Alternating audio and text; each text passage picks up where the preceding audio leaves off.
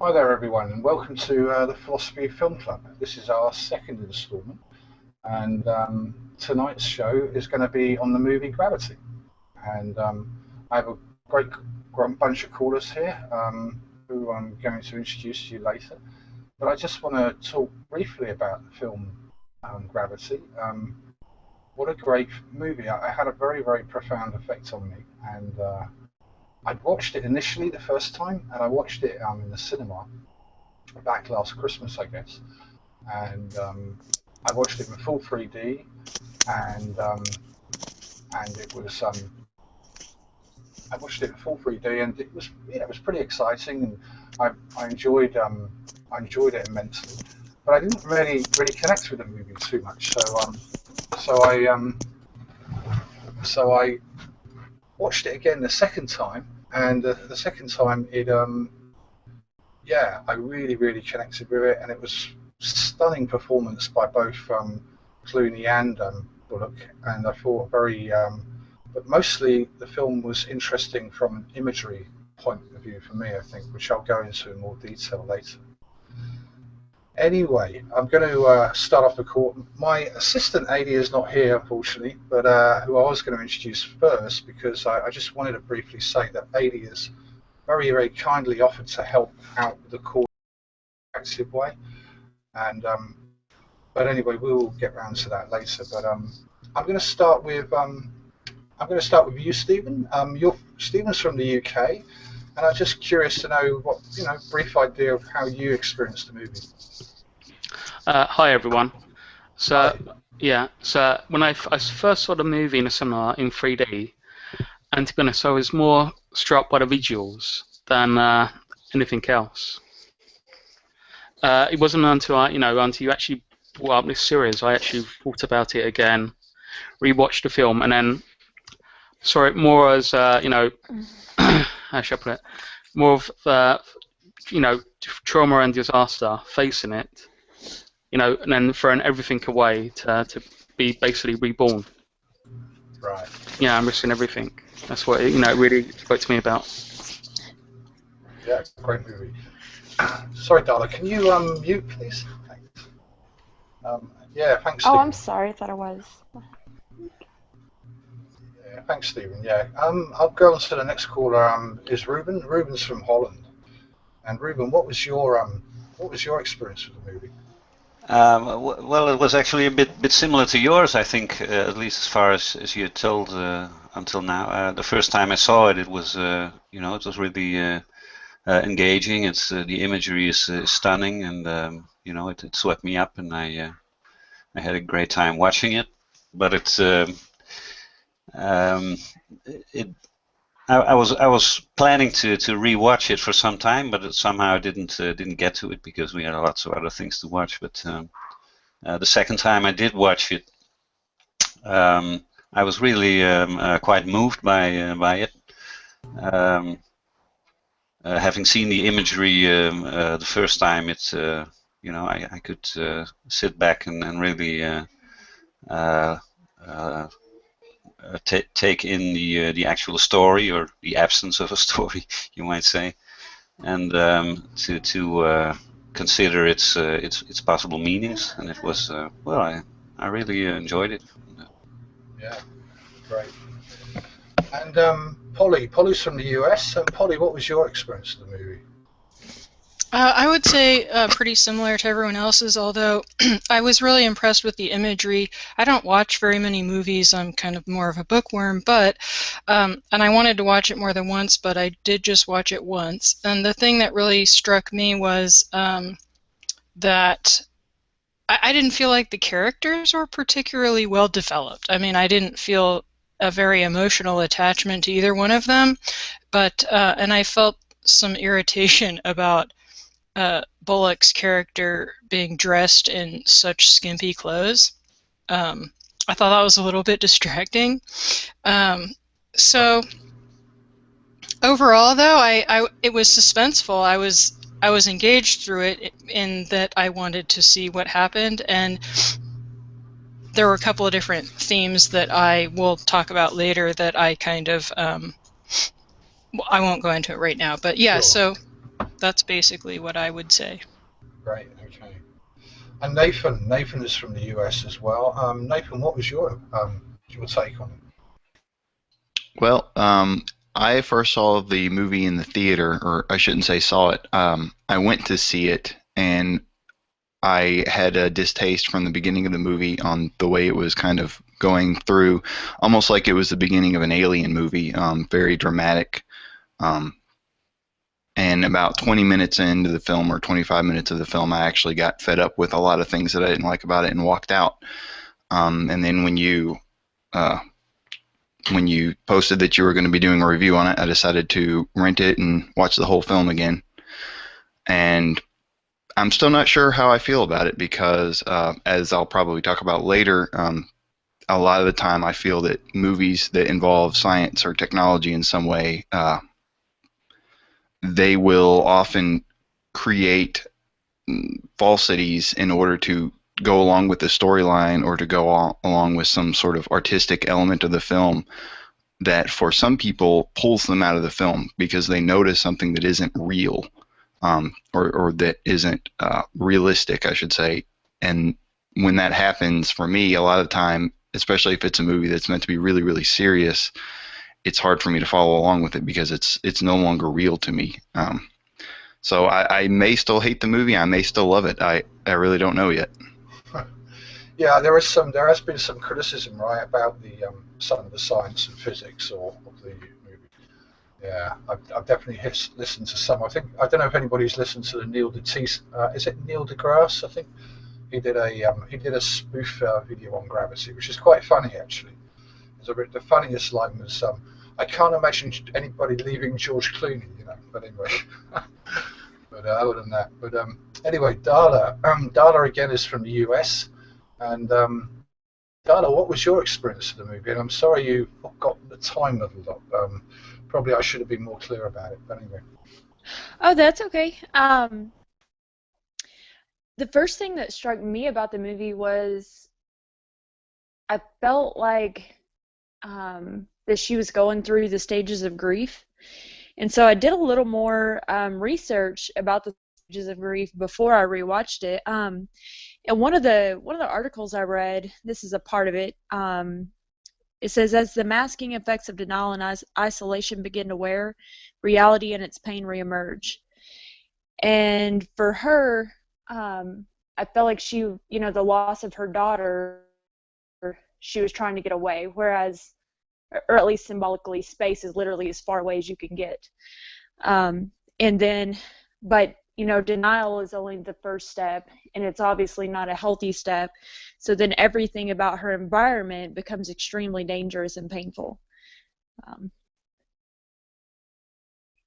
And then I think as you go out through the movie, I think that, maybe because I was looking for it, but I actually saw examples of each one: anger, bargaining, depression, and acceptance toward the end. Right, that's quite an interesting review of it then. Yeah. Okay, well, I'm going to kick off with just talking about some of the scenes that interested me, and one of the most poignant scene for me, and in many ways, was the very beginning. And I was curious how other people may have experienced this, but one of the really key moments is when she's having to detach from this, and it's in the trailer, of course, the most exciting, perhaps, dramatic scene, of her being twisted around on this arm of the shuttle, which then flies off. And she has this, I think this sort of sets the tone, and I guess all movies, hopefully good movies, set the tone in the beginning scenes, but this really, I think, sets the tone for the whole film, because her disinterest she has a kind of, I get the sense that she does not want to detach from that arm at all, and of course, you can understand you're in space, you're going to sort of drift out or whatever, but of course, she has to detach, and I thought that scene set the tone for the whole movie, and drew us into her character. in quite a deep way, I think. And it was then later more, her character was later more exposed, I found, through the part of isolation that she suddenly found herself in. She wasn't able to commit. She wasn't able to connect with Mission Control. She wasn't able to connect with Matt, although she lost contact with Matt. And so there was this real, real palpable feeling of isolation, and so I think the wanting not the wishing not to detach, and the isolation that she felt in that scene, in those kind of scenes after the drama, they kind of set the tone for the movie very much. And I wondered what other people, how other people sort of connected with that at all. You're free to talk, guys.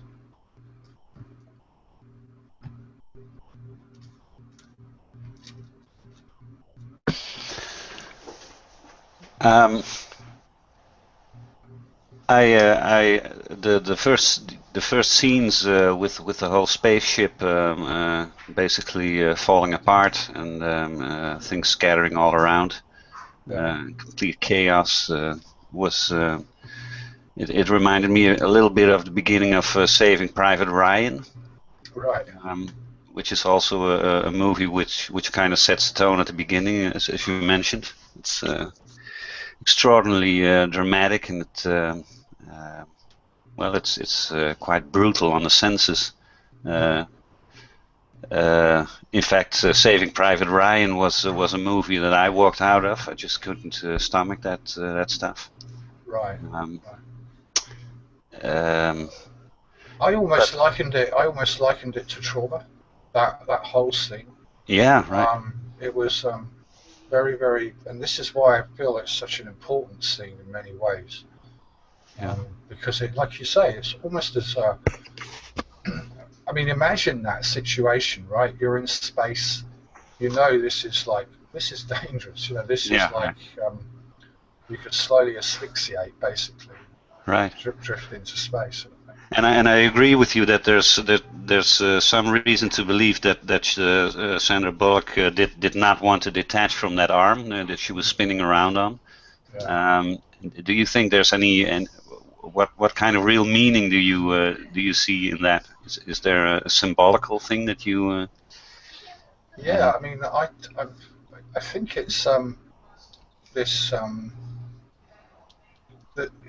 it's this sort of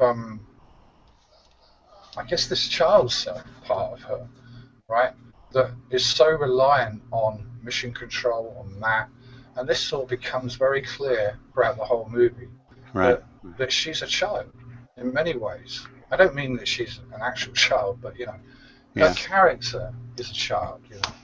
I felt that too. I thought she did a really good job playing the displaying shock, like really being incapable of doing anything, and then Clooney's character was trying to reconnect her with present time, right. and also well, in psychological terms, if you age regress, like you can't think, and so he was trying to help connect her back to herself by what's important to you back at Earth. But that also brings up for me the idea that she didn't have a dad, she didn't have a boyfriend, a husband. There was no male people in her life at all. It was only a daughter that was dead. That was important to her. Yeah, it was almost like there was nobody, really. I mean, it wasn't just men. It was like she had absolutely nobody in her life. Yeah. And that very, very poignant scene as she's being dragged by Matt back to the shuttle, and he, you know, asks her about her life down on Earth and stuff. And she says, I'm going to quote the line here. She says, where are we? She says, anything, so long as I don't talk, just drive.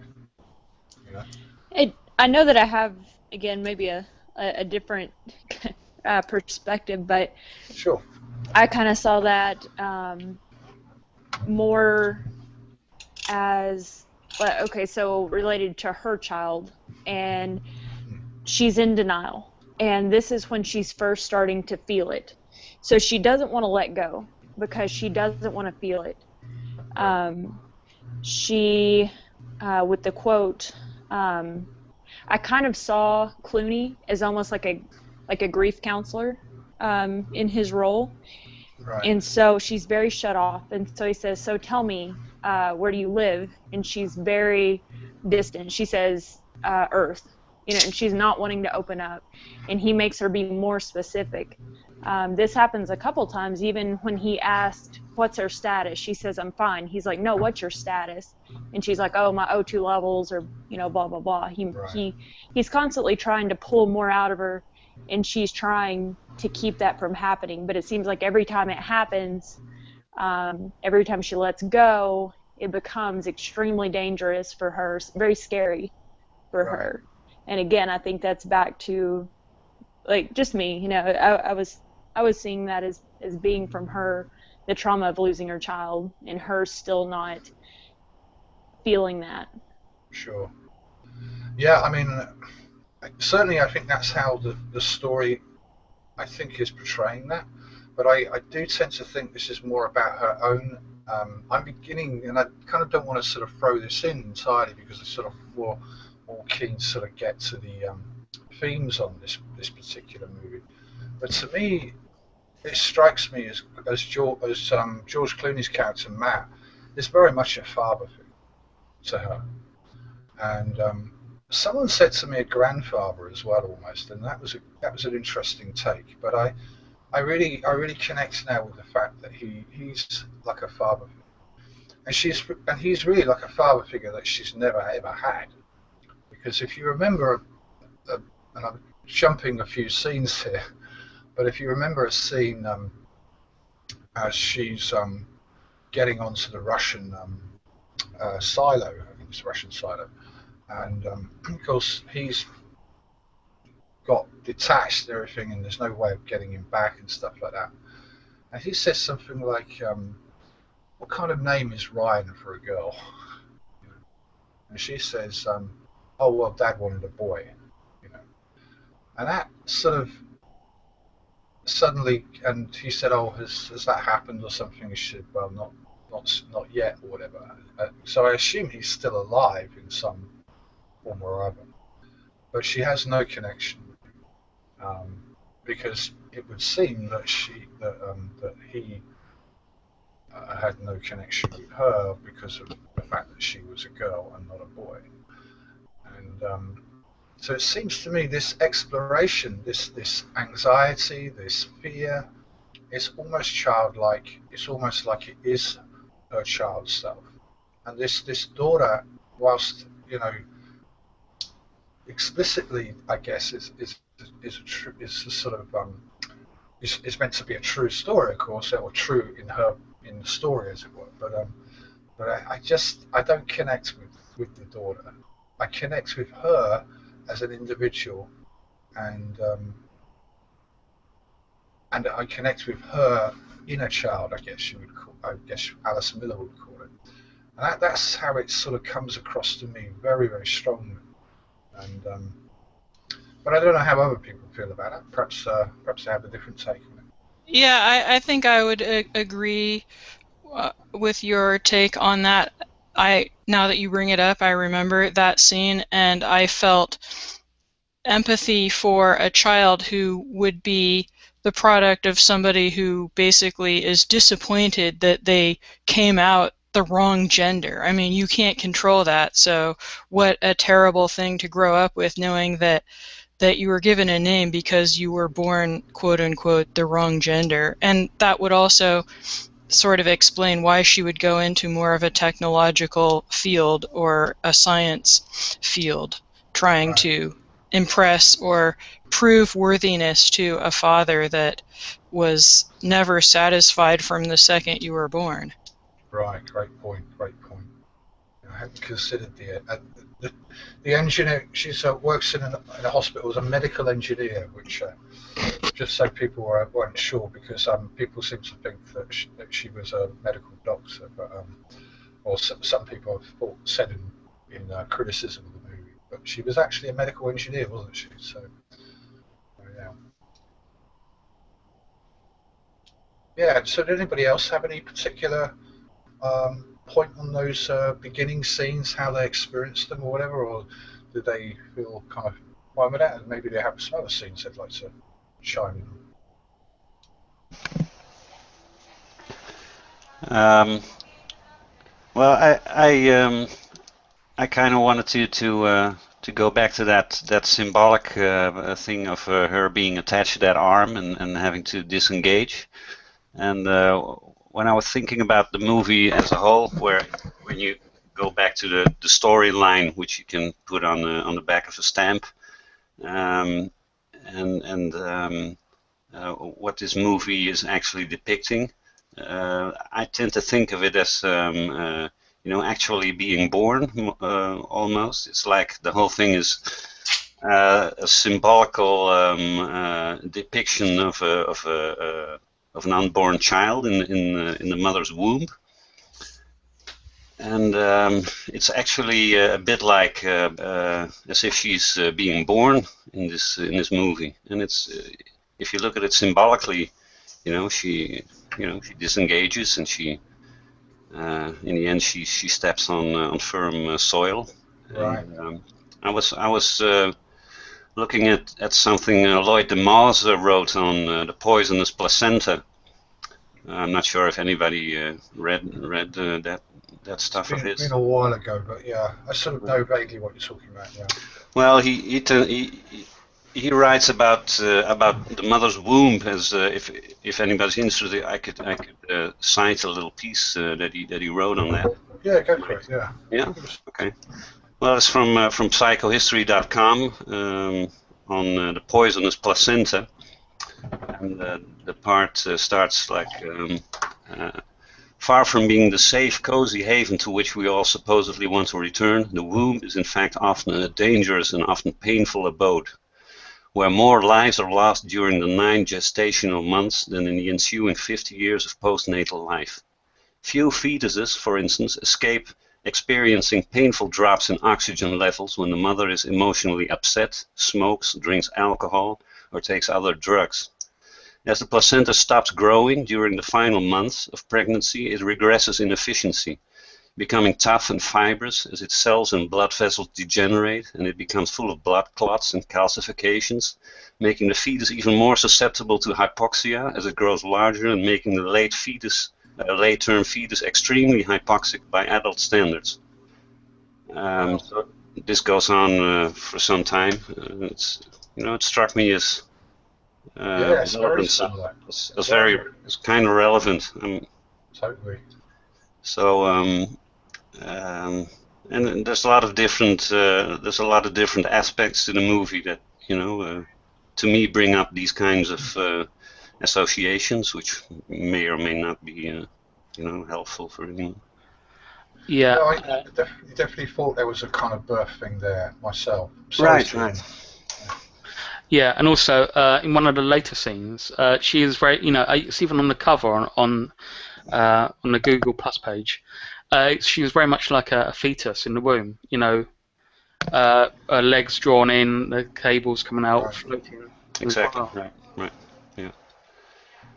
And I tend to look at most of the imagery as revolving around birth themes, and it's also in a kind of a Droste-like effect.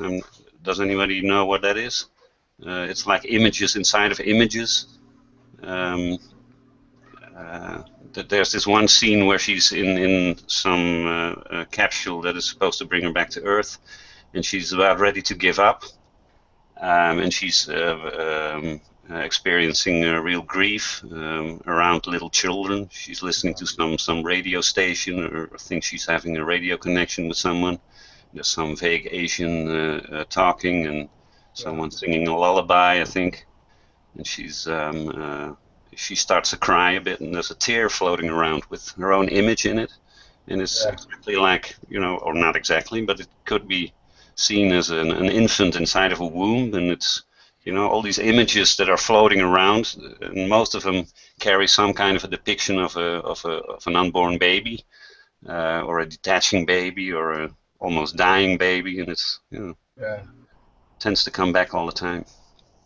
Yes, that imagery, as you say, birthing or the desire to want to be in the womb, attached. It's just the imagery is just everywhere in this movie. Totally, even in a sense, I don't want to go right to the last scene, but even right up into the last scene as well.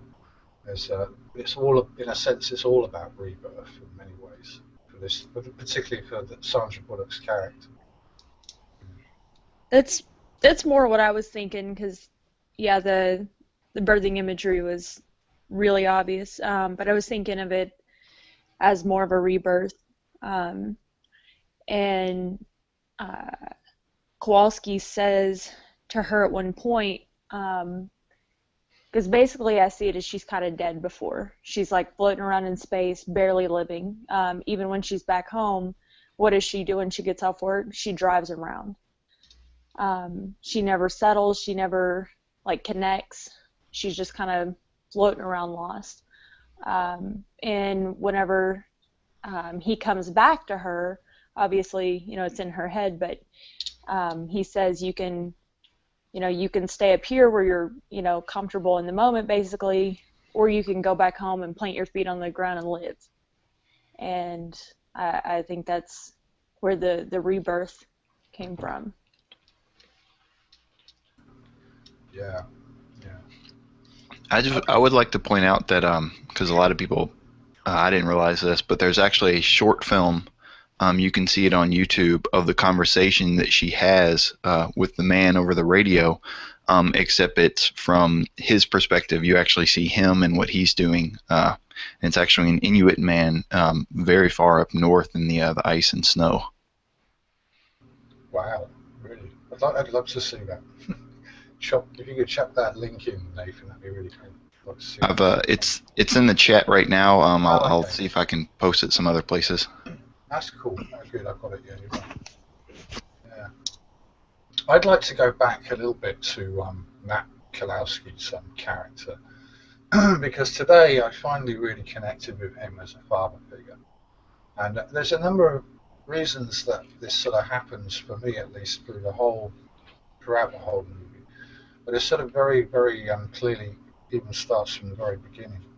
I mean, he makes this funny line. I think he says, I know you. When he finds her and he grabs her and stuff, and she's like, this kind of, she's like, oh my God, thank God I've got you. She's grinning, grabbing hold tight of him completely, sort of staring at him kind of in the face. And he says, I know you never realized how devastatingly good looking I am, but you need to stop staring and help me attach you and to tether you. And I thought this was, it was a jokey, and it kind of, I suppose it's what a jokey grown man might say to a grown woman sort of thing, in a flirty kind of way. But it's also a kind of, I don't know, it was a very, he was there, continually there, to sort of help her and to help her understand that he was there also as a calming influence. And I think, he performed that fatherly role, whether it was by accident or whatever in this movie particularly. But I really connected with that as a kind of way that I would approach it as being a father myself. That you have to be kind of realistic, but you also have to be emphatic, But also, so the joking or the kind of, about him being good looking. Of course, he's George Clooney. Of course, he's good looking, but but it's but it's that kind of warmth that he kind of gathers whenever whenever she's in a crisis, that he's kind of able to kind of softly soothe and solve, like you would for a child, in exactly the same way. See, I think all of this is really interesting. I didn't think of the birthing thing, or I think Darla's observation about the stages of grief is very fascinating. I mean, the biggest thing for me, and I don't know, maybe this is my own personal thing, but he's very calm and knows what he's doing. He seems experienced, and it's the theme of, oh, the guy knows what to do, he's in control, but he's the one that has to die. So I don't know, do directors think about these themes? Like it couldn't work the other way around if she died and then he was the one that lived. I don't know. I just think for me there's like such a strong, we can kill off the men, but we can never kill off the women. Right. I wrote down a sentence. It says, "Why did Kowalski's character deserve to die?" A lot of the time, in critiquing movies, people ask about a character and why certain events happen to the character, and it's sort of, in terms of storytelling, it's why did this happen to this character? Why is it deserved that this happened to the character? And that was something I thought about 20 minutes ago. Is his character, because of your question on the website, why did his character deserve to die? I mean, it's sort of, I guess in the sense it makes sense for what they're trying to say, which is that she was the one who was attached to the spaceship, and he was attached to her, and he was pulling her off. So there's no way that they could have traded places. But in terms of why his character had to die, I don't know, though. I mean, I'm sorry to interrupt, but she had the cable thing wrapped around her boot. Why could she not bend down, grab the cable, and then, like, hand over hand pull herself down with him? Unless, I mean... Yeah, they literally can't bend over in a base spacesuit. Literally, What's that? You know, literally can't, you know, like, touch your toes. Oh. In a spacesuit, they literally can't do it. Okay. Yeah. Yeah. I also wanted to point out, like, along those lines, is he didn't just sacrifice himself for her. He even tried to sacrifice himself in the beginning to save the other guy that got killed. Because I thought about that first, like the disposability of men. But then he also, like, he put both of them at risk to try to grab that other guy, too, in the very beginning, the guy who was already dead. So I think he was just, like, he was willing to sacrifice himself for anybody. Did they know he was dead at the time? They may have already known. I mean, he goes back to get him, and then it turns out he's dead anyways. But I think maybe if you're paying attention, they see him get hit with a piece of shrapnel, and if there's one thing you know about getting hit by shrapnel in space, is that if you get hit by shrapnel, you don't have much time to get inside of an oxygen environment. It's happened. Similar things have happened during the NASA program, but you know, you've got a few minutes before your air leaks out at best. But typically, if you really got hit by something, you're dead. Yeah, I think they knew he was dead, but he was still just trying to get his body out of respect. Yeah. And get his body for what? Like, what, you're gonna get it down to Earth somehow? They're gonna carry the body all the way across space to the other space station. I mean, it's one of those. At the moment, it sounds nice, but if you think about it for a second, it really makes absolutely no sense to go back for a body that you can't even. It's like, well, we went back for the body. Now we're gonna leave it here, which is exactly what happened. Yeah, I didn't make a lot of sense either. I agree. When they picked up, is it I can't remember his name now, Ahmed or something. But anyway, he I didn't make sense. Why did they need to grab him? You know, and it seemed pointless. You know? Yeah, so especially since it was so dangerous for them to do it. I agree. I can't resist. It was to add gravity to the situation. Well done, yeah. That's that type of thing is what I was saying in my intro, is why I find it hard to connect with this movie, because I really like my favorite movie probably is Apollo 13, and I think one of the reasons why is because it's based on a true story, and it's based on a very well documented true story, so it's very easy to get all the right facts and for everything to make sense. And so there's a lot of things that if anyone can go on YouTube and look up the reasons why, physics-wise at least, and engineering-wise, wise, while there's a lot of things in the film that don't make a lot of sense, that pull you out of the film. And I remember what really set me up for not liking the film is the very, very beginning when the words, I think it says something like, in space, it's impossible for anything to live. And I thought that was very almost religious, like, out there be monsters. In space, nothing can survive, when a more scientific approach was just, well, we haven't observed any organisms that live in the vacuum of space, but that's not, even from a epistemological standpoint, we haven't observed that. But if we did observe one, it wouldn't conflict with our understanding of the universe. It would just be a new type of organism.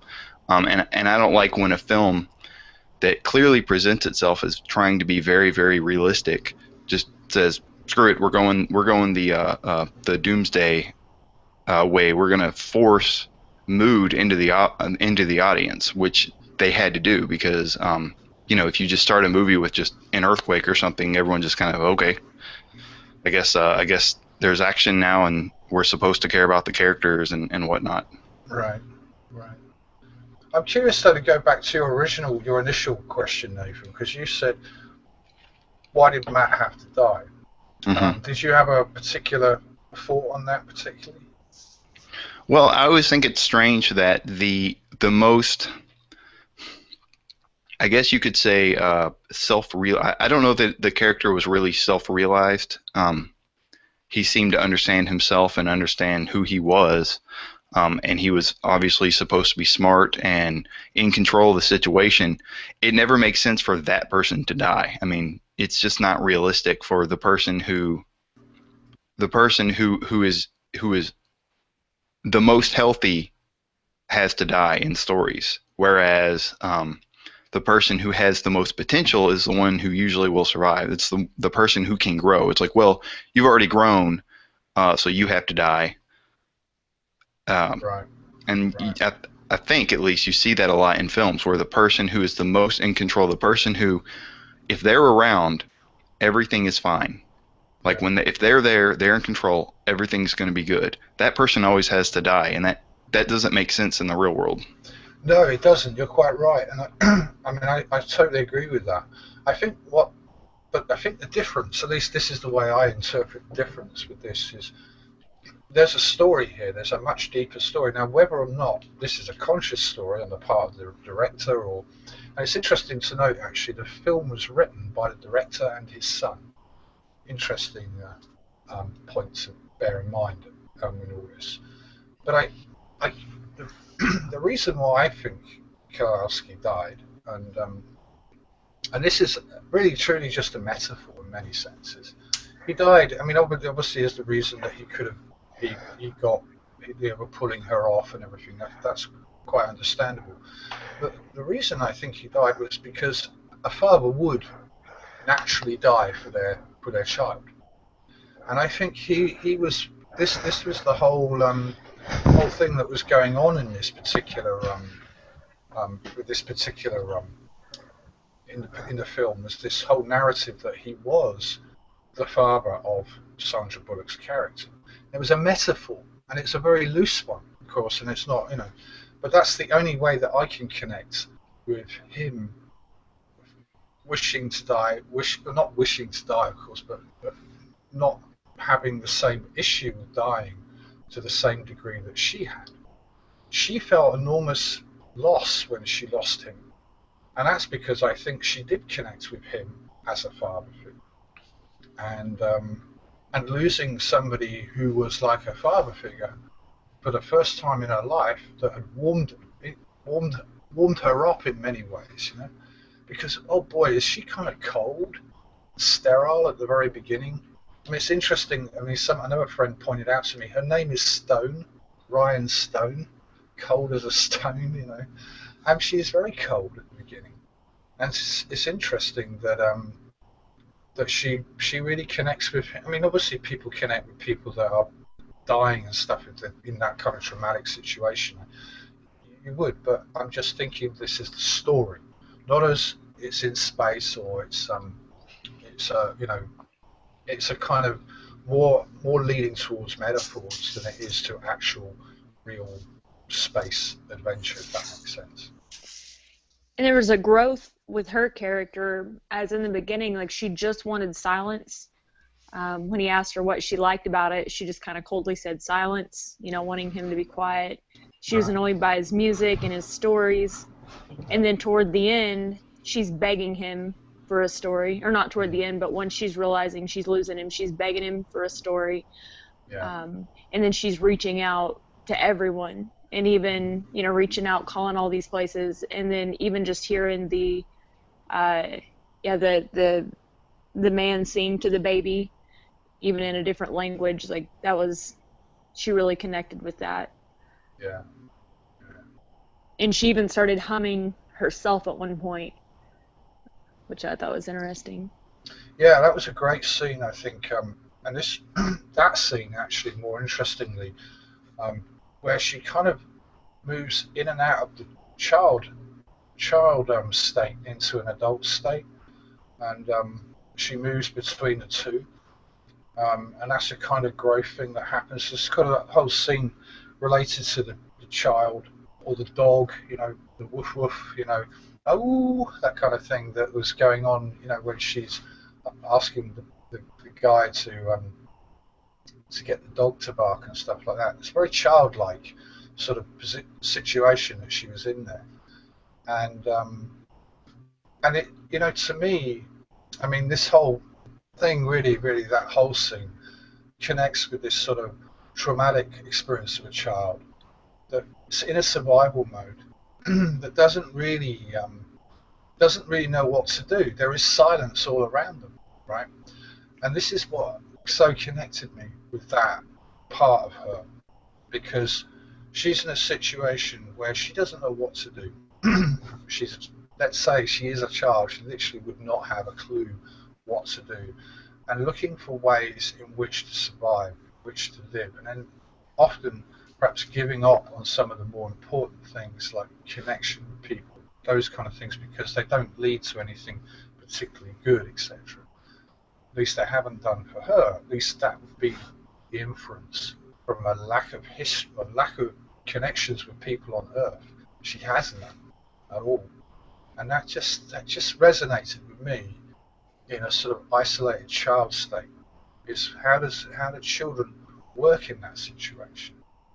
And they would gravitate towards animals. They gravitate towards those kind of funny connections that children have. Those kind of get sort of taken in by things like a dog howling and how they experience it. They like to copy and mimic it and stuff like that.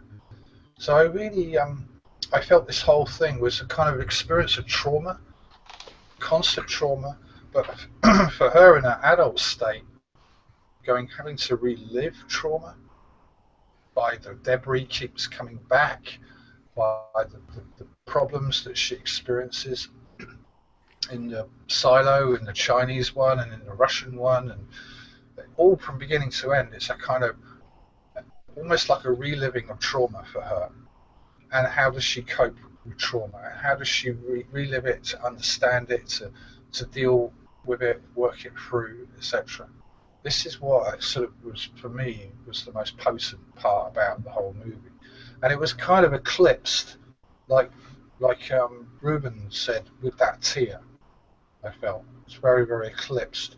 Because with that tear, she went from the child state into the adult state when Matt comes back and stuff like that. That's But obviously, kind of experience. Sorry. Obviously, Matt didn't come back. I mean, do you think that's more of a like a part of herself? Yeah, it was her sort of the father coming back, and this is why I talk about him as the father, because it's like she's in a child state, and her father comes to look after her and comfort her and etc. And so this was a kind of an hallucination, I guess, if you want to put it into realistic terms. Yeah, and also when he comes back as well, she covers her eyes, which is of course to stop the pressure loss. But it's also very much like a child as well, being fearful and afraid, going into a ball to hide. Right. Yeah.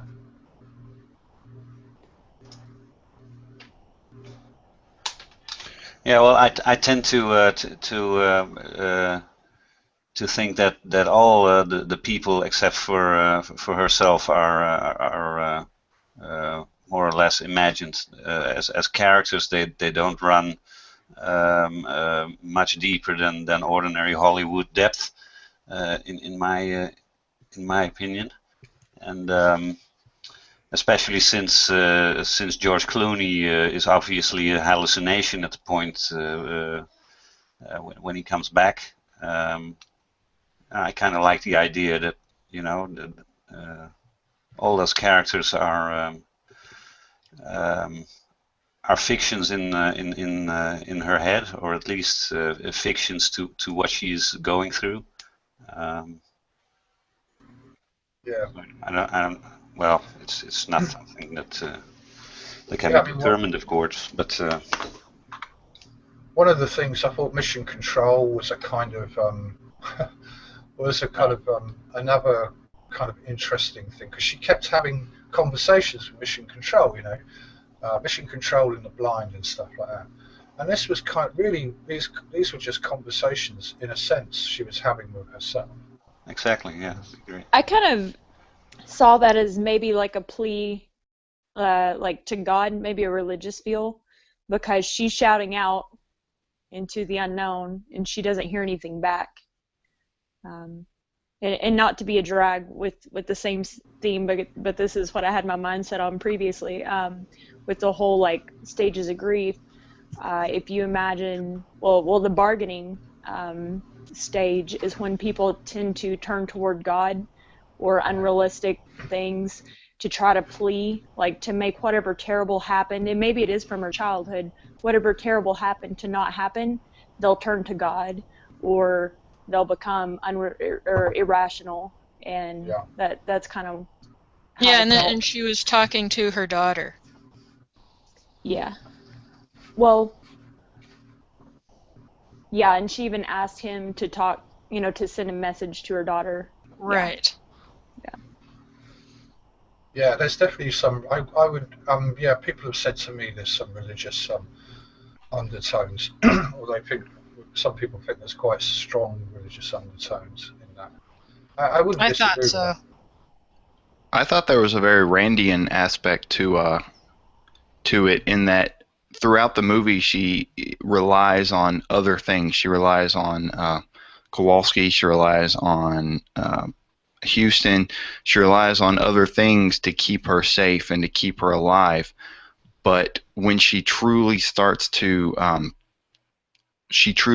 rely on her own mind, that's when she starts to really live, not just survive, but to really live, to have emotions and a desire to live, things of that nature. When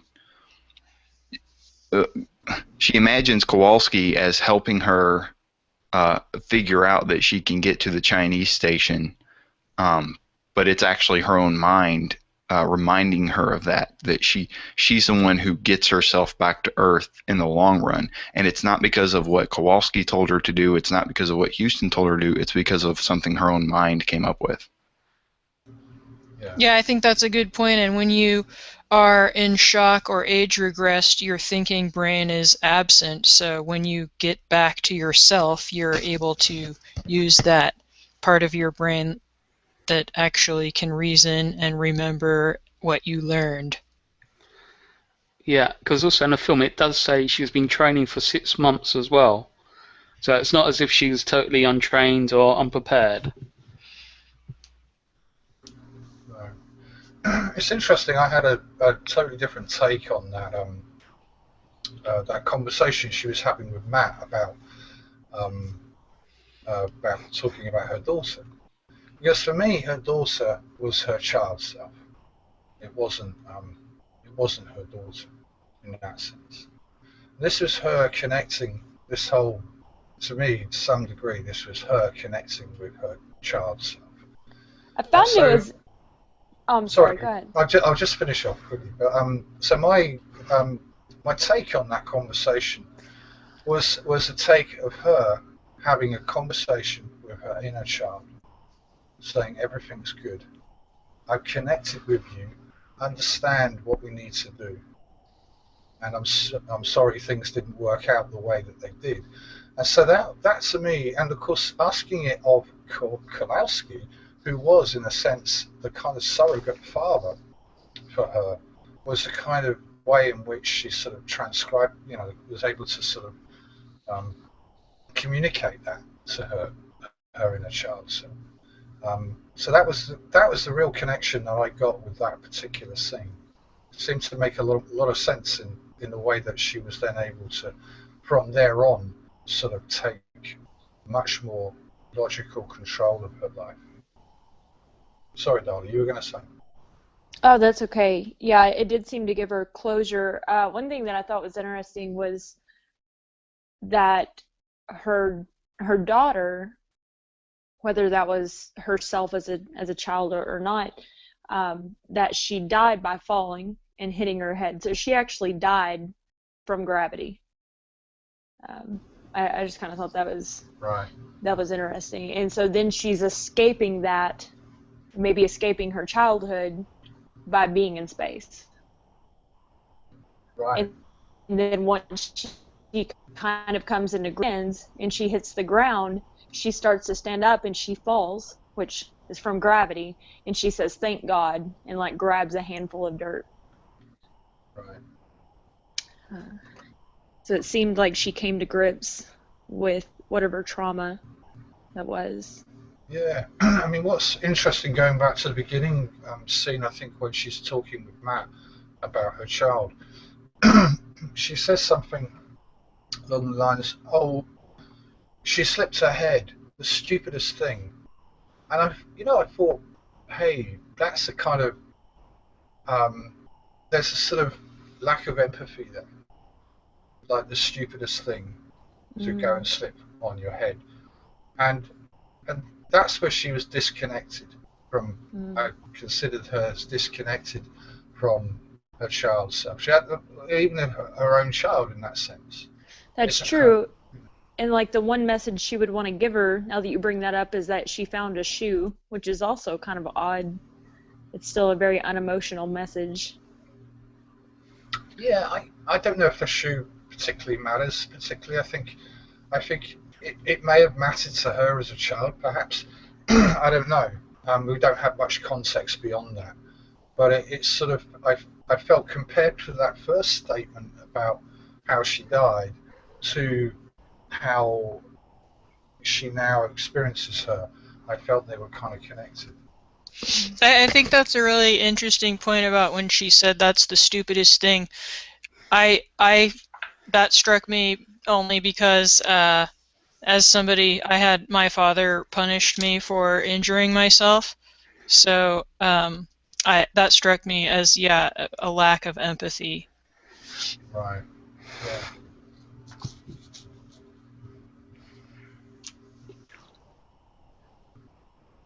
Yeah, and I think this, I mean, obviously, you can't help but bring the personal into movies. I mean, maybe I'm more prone to it than most, but yeah, I certainly connected with her character, the isolation, the kind of. So I'm certainly pretty willing to admit that some of my history came into all that, into my thinking in this whole scenario, in this whole film, But I think it's very poignant. It was very. I found it quite moving, and I found the whole. I found myself really much more able to connect with the characters, not necessarily in the ways that the director perhaps intended, but certainly on those deeper, more esoteric. I don't know. Maybe esoteric's the wrong word, but certainly those deeper levels, of childhood and stuff. Did anyone else experience that at all? Sorry, Polly. Oh, sorry. I was just going to say, I mean, I've seen plenty of movies where I've been very drawn in with the character and needed the Kleenex box, and I had a hard time. I didn't really connect with, even though she's facing death, but I didn't find myself feeling with her. So I'm not sure why, but I did notice that. I even asked myself, "Huh, that's funny. I'm not really feeling the amount of grief that would be appropriate in that situation if you're facing the end of your life, Mm. Yeah. or thinking that you were not going Yeah. to live." Yeah. I think that's a good point, and it's so I also feel that I could very well connect with her facing death and her facing grief and sentiments of being willing to give up given the dire situation. But on the whole, I look on the film as being more or less dead emotionally because of the death of her child, which is the only tangible storyline that I could find, and the whole movie seems to be saying that in order to get over this grief and to get back to life, you need to spend a terrible 10 or 12 hours falling from the skies and almost dying, and then it's all back to doing groceries. Yeah. Cool. So that's a pretty dangerous message, I think. Something that just popped up in my head is, when you think about it, the story of Gravity isn't really any different than the story of Titanic. Right. Where you have a woman who's clearly a woman who isn't living, who is just kind of, as driving or just kind of going along with what is her own life. A strong, confident man comes along and teaches them to start living again, and then he dies, and then she gets over it and she's happy. Yeah. Yeah, that's a good comparison. And disaster, and there's what's the MacGuffin of the whole film is in Gravity. Obviously, it's the satellites breaking up, and in Titanic, it's a ship, another ship breaking. It's a ship breaking up and a ship breaking up. Right. It's not really a particularly new story, just even better technology. I think that the main difference is that Titanic has some kind of historical drama aspect to it, and there's a lot of different narratives going through each other and being entwined, and then ending up in the tragic death, which is similar to this movie. But Gravity, like I said before, the storyline is extremely thin, is almost untangible. So when you think about it, it's kind of strange. In Gravity, when Kowalski is dying, I guess you could say when he's dying, she doesn't really seem sad that he's dying. She just seems sad that he's not going to be there anymore to help her. And the same thing happens in Titanic. And if you go back and watch Titanic, the man that what's her name, Rose, the man that Rose is supposed to be in love with, she wakes up to find him frozen to death, and then she just kind of tears him off of her, and he sinks down, and then she gets help from the men in the boat. Right. I think it does kind of support that whole kind of feminist. Well, the man did what he needed to do. Bye.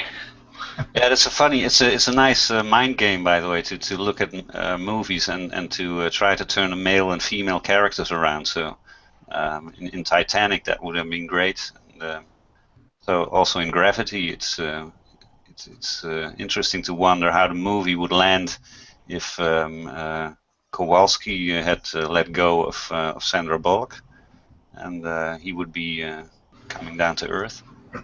Right. But that's all. For me, it's on the side. It's interesting, but I still like the movie a lot.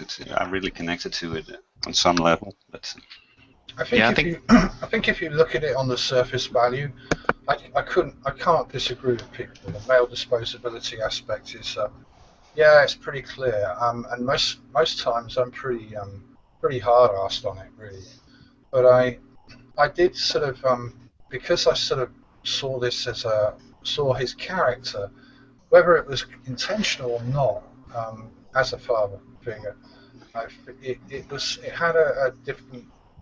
had a completely different context for me, I think, and it worked on a different level, and so it became less like Titanic, and so it'd be normal for her, you see, to not care too much in a sense about his death, although not caring about his death, it would be normal for a child when losing a parent, they're worrying about their own survival, and that's a normal childlike experience, and so Yeah, I agree with that. it doesn't affect me in quite the way. The second time round watching this, I sort of said, okay, yeah, there is that disposability theme, and I got a lot of criticism about this movie because people were telling me, oh, it's male disposability, etc. And I don't mind discussing that. I think it's fine, and I think that's a broader context. And like Titanic's a dreadful example of male disposability, of course, Nathan. But I think in this film it's slightly different. And anyway, Adie's going to be joining us. She wanted me to give her an introduction. So I'm going to introduce her. Are you there, Adie, or are you? Yeah, I'm here, and I have to apologize for being late. I was so looking forward to this. Unfortunately, I had a pretty nasty and unpredictable emergency. I don't want to go into details. Maybe I'll tell you all about it in private. And Sure. I just wanted to say that it's my loss, and I'm glad to be here finally. Yeah. So I'm going to introduce Adie. Adie is very kindly offered to be my assistant at the Philosophy Film Club, which I'm really pleased that she is. She's very excited about the whole project. So, and Adie, we started off with everyone with their experience of the movie, and just like a brief minute one. I mean, what was yours? Yeah, I'll try to, since I have a lot to catch up, I'll try to be as concise and on point as it humanly possible, and go fast through several points that I wanted to talk about the movie. So to start with, I think the point of the whole movie is to depict adversities and the possibility of rebirth. I mean, rebirth in the sense of gaining a new knowledge of ourselves while going through a process of awakening. And the first thing that I wanted to touch on was the first action scene. Not necessarily the opening scene, but when the action begins to unfold. So we go from an extreme calm of the floating bodies in the void, and the silence all around them turns into one of the best. This scene turns immediately into one of the best visually depicted action scenes I've ever seen, in my opinion. So when the madness begins, she begins drifting into space, and she goes, I don't know, I'm spinning, I can't, and confusion takes over her. There's nothing to hold on to, nothing to stop her, quote, fall. Fear turns into terror. For a moment, she stops breathing. And many probably overlooked this detail. I'm not sure what you guys discussed before, but I think it's a very important moment in the movie when she actually stops breathing in her suit for a while. And I would argue that this is the moment when the old Dr. Ryan Stone, the newbie, dies, and the new Dr. Stone is born. From this moment on, she becomes a different person. Pushed by constant adrenaline, she achieves the unachievable. And before, if just, for example, the simple fact of being in space made her sick and terrified her, if, remember, the music in the headphones prevented her from concentrating, from this moment on, she will be able to perform brilliantly under extreme stress. This is where, metaphorically, the weak part of the character dies and the strong part takes over. It's a part guided by a relentless survival instinct. And I'm not sure if I was reading too much into the message of the movie, but it seemed to me that in that moment, she makes a conscious choice and is able to get a hold of her fears and subdue them. She becomes aware. aware of the precarious conditions around her, and instead of pretending that being in those circumstances was the most natural thing. I mean, remember how Matt Kowalski was trying to make her forget of the danger by keeping her distracted? Instead of normalizing the unthinkable, like remember the opening statements of the movie, in life in space is impossible? Well, before she normalized her environment. So instead of doing that, she wakes up. You know, like a newborn baby, it seems she takes the first breath of air. She's born in that moment of extreme awareness. So everything is, yeah, go ahead. Ruben very, very eloquently pointed out how the movie was very much about birth, wasn't it, Ruben? You were talking about how that lack of detachment, etc. Yeah, I did, and I quoted some pieces of Lloyd de Maas on the poisonous placenta, and how much of the imagery is in fact symbolical for being attached to umbilical cords and trying to make do while the placenta is going awfully wrong. Which is actually what happens in the later stages of pregnancy, and you could view the whole movie as a dramatic birth, which is made viewable for the adult movie going person, and is extremely dramatic, just as an ordinary birth, very likely. Which is probably why it's so easy to connect to this movie and is so compelling to all senses, because it's something that is almost atavistic in each person. And Ada, you had that. I know we talked earlier in the week about this. You had a particular poignancy with that scene when she re-enters the Russian silo after losing Matt. Yeah, but I just wanted to wrap the first action scene up because I found a personal connection to it, a really strong one. So I found that the similarities of the scene of initial awakening to my own experience of awakening were absolutely incredible. Now, whomever has awakened to reality of the world, of the society, and of the culture, will know what I'm talking about. We live in an environment that we choose not to acknowledge. We are adrift and asleep at the wheel, if you want. We are desensitized to war, to abuse, to our own precarious condition, and as human beings, and we try not to think too hard and too much about it. We distract ourselves from reality with our own narratives. Just like Kowalski does with his stories, and we drift oblivious in our own fluid reality. Oh, but when that one event, one circumstance, one piece of information that finally makes sense hits us, and we awake to reality of the world around us, it is a very traumatic moment. For a while, nothing makes sense. We feel like we're falling and we have nothing to hold on to.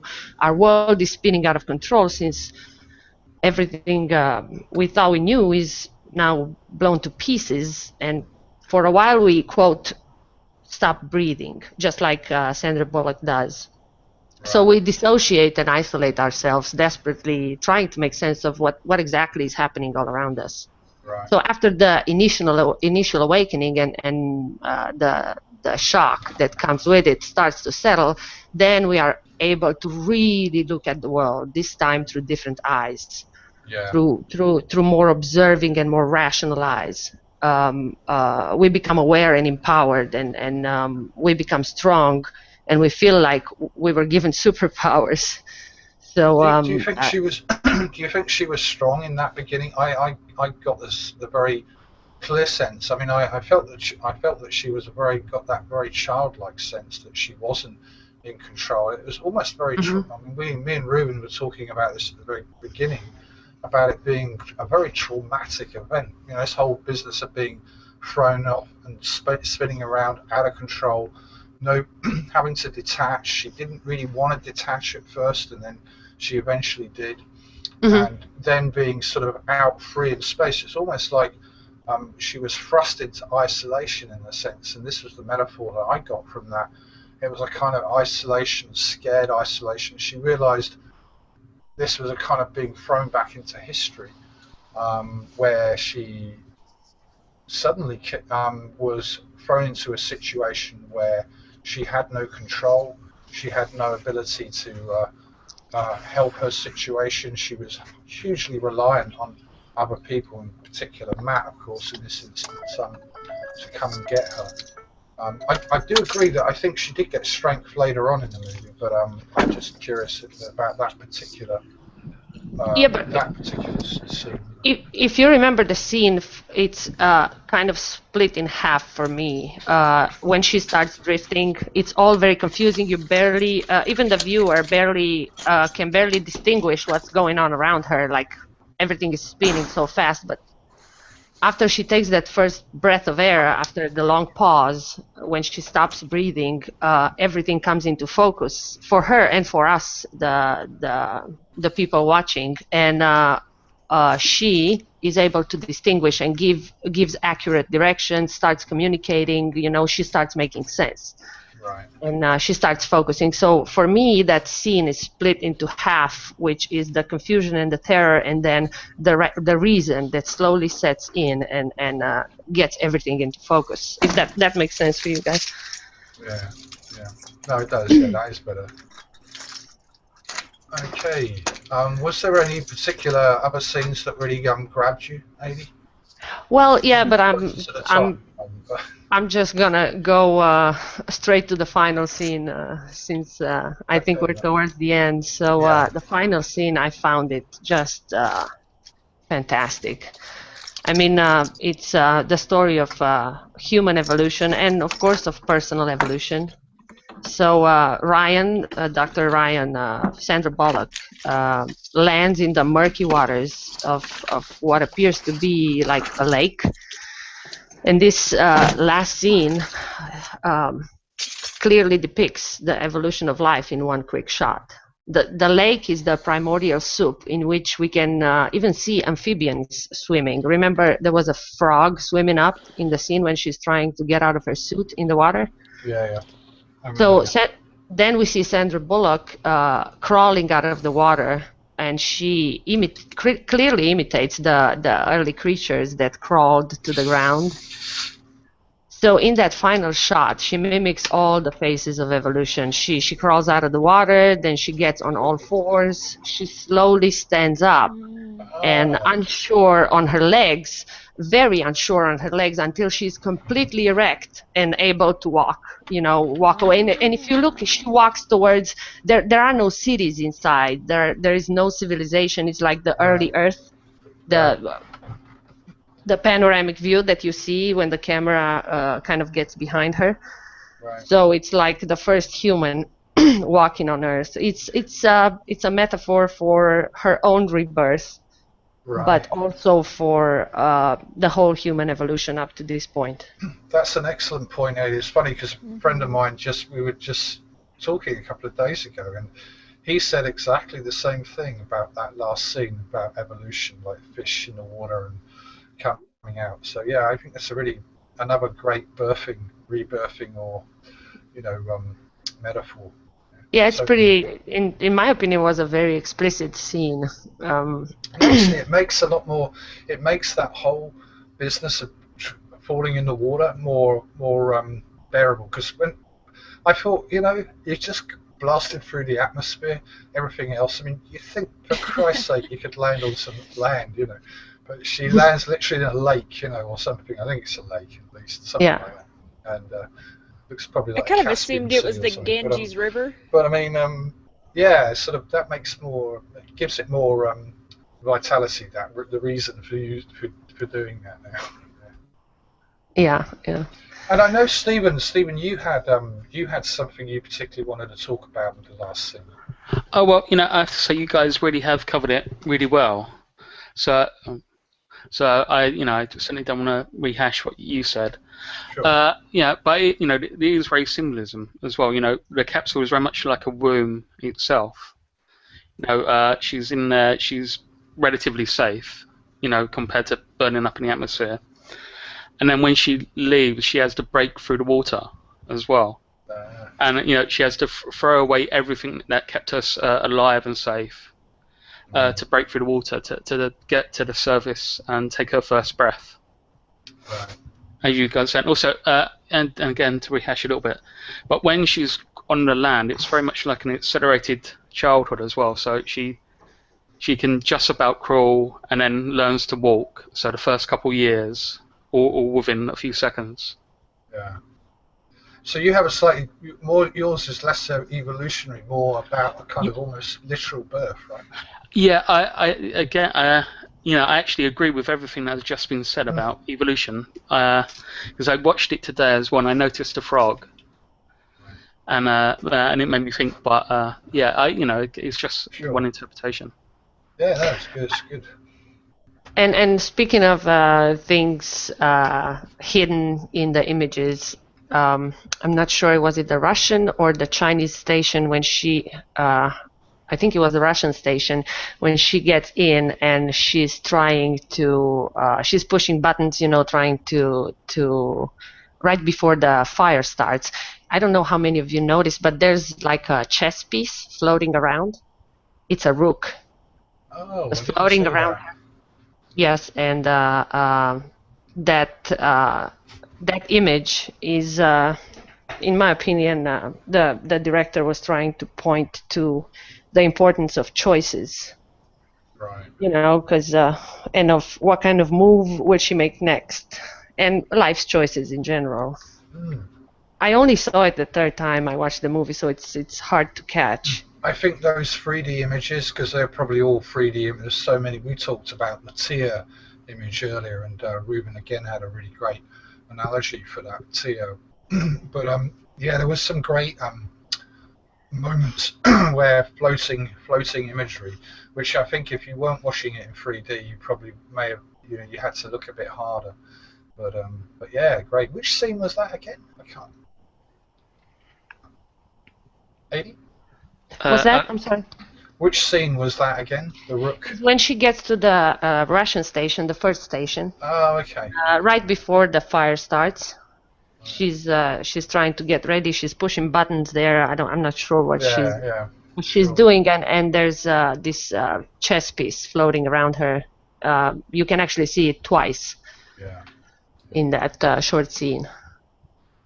Yeah, this film is just filled to brimming with imagery that I just found very, very stunning and moving and touching and exciting, and the whole range of emotions I think came with this movie. Perhaps this was just me to some degree, and maybe some others felt that and others didn't. But I must admit, it's a movie that I was able to bring a certain. I felt I could find some real depth with it. I totally agree, Pat. I mean, I think the imagery and the sound of the movie are just fantastic. I literally felt like Cuarón found a way to go into deep space and shoot the movie, But the best moments were the silent ones. Yeah. Like, I found the script to be pretty bad and predictable, to be honest. I guess it was, yeah. I mean, I think I sort of decided the script, although in a sense it's worked, but it's worked very much on an unconscious level. I don't think on the conscious level, the way that the director was trying to create the story, I think it kind of failed, certainly on a philosophical level. But yeah, I mean, I kind of agree with that. But I mean, movies are the most explicit and direct art form, but Cuarón found a way to communicate his message in a movie in a very indirect way. Like, for example, a painting communicates its message through words, without words, I'm sorry, and only through the image that it depicts. The movie Gravity delivers its message in the same manner, through imagery and the emotions that it produces. Yeah. Well, listen, I'm going to give everyone one last thing that if they want to chime in. I'm probably going to bring the show to a bit of a close, but if you really have something you really want to, mention, then here's your opportunity.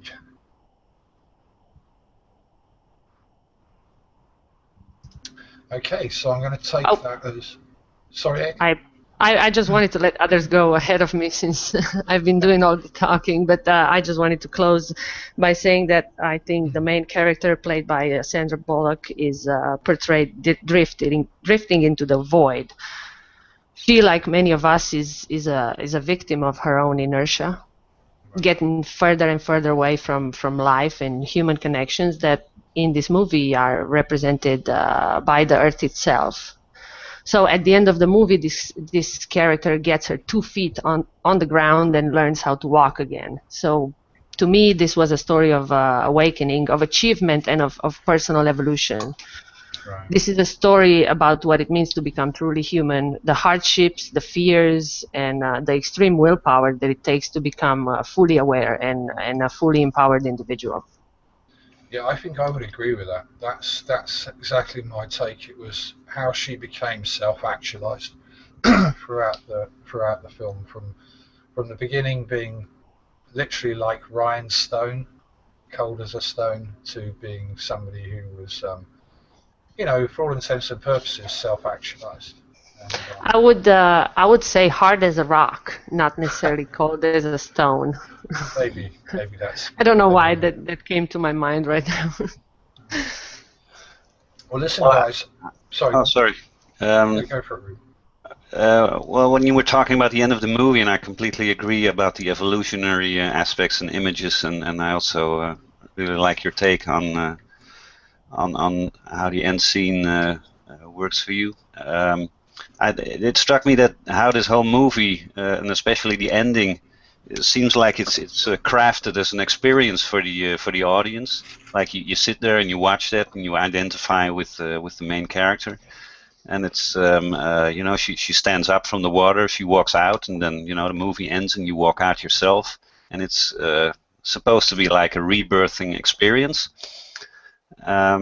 A bit similar, like at least to me, the movie The Matrix. When I first watched that in a theater, and I remember, watching that movie and being completely blown away by all the action and the story as well, and then walking out to a street which was a bit similar, like the closing scene of The Matrix, where he stands on a corner puts on his glasses and he flies off.